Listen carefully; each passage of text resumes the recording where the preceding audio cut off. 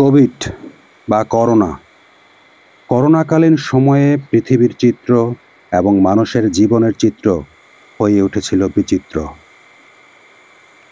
কোভিডের সময়ে প্রায় ২ বছর বন্ধ থাকার পর ২০২১ সালের ২ ডিসেম্বর ওপেন হয়েছিল ব্যাংকক এয়ারপোর্ট।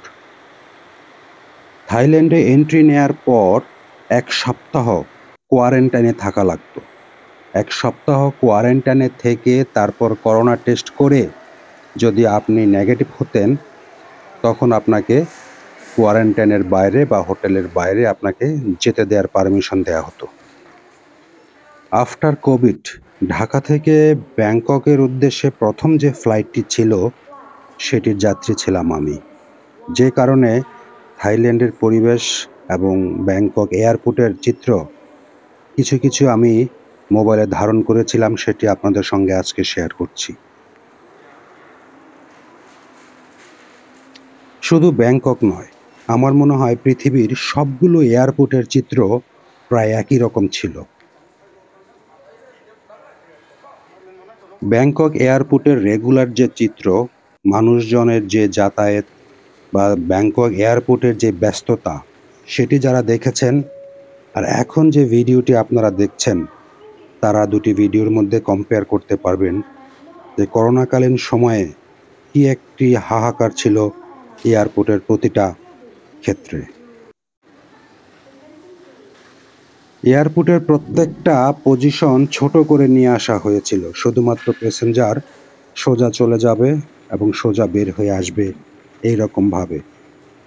ম্যাক্সিমাম দোকানপাটগুলোই এয়ারপোর্টের ভিতরের বন্ধ ছিল।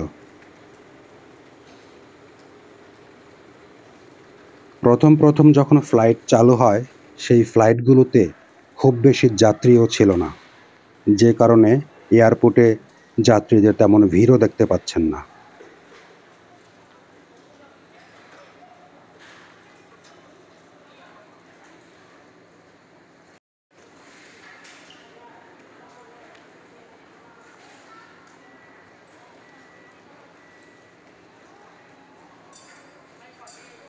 এয়ারপোর্টের এই ভিডিওটি ২০২১ সালেই করা ছিল আমার মোবাইলে। কোনো এক সময় মোবাইল থেকে আমার ল্যাপটপে নিয়ে গিয়েছিলাম, সেটা অনেক দিন ভুলেছিলাম। আজকে হঠাৎ করে ল্যাপটপ ঘাঁটতে একটি ফোল্ডার পেয়েছি, সেখান থেকে ভিডিওটি কালেক্ট করলাম। তারপর মনে হলো আপনাদের সঙ্গে একটু শেয়ার করি।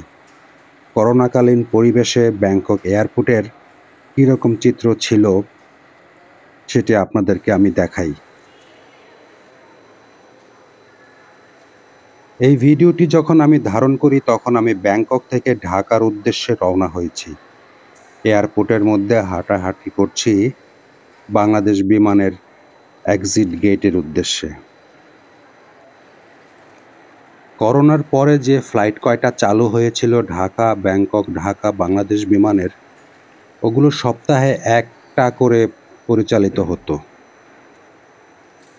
তারপরও বেশিরভাগ সিট খালি পড়ে থাকতো।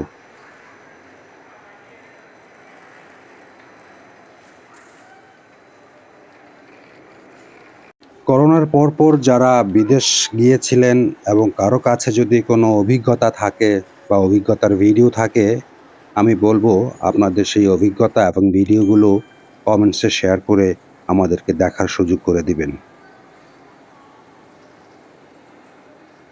আমরা আসলে আর চাই না পৃথিবীতে কখনোই আর করোনা ফিরে আসুক, মানুষের স্বাভাবিক জীবন বিনষ্ট হয়ে যাক।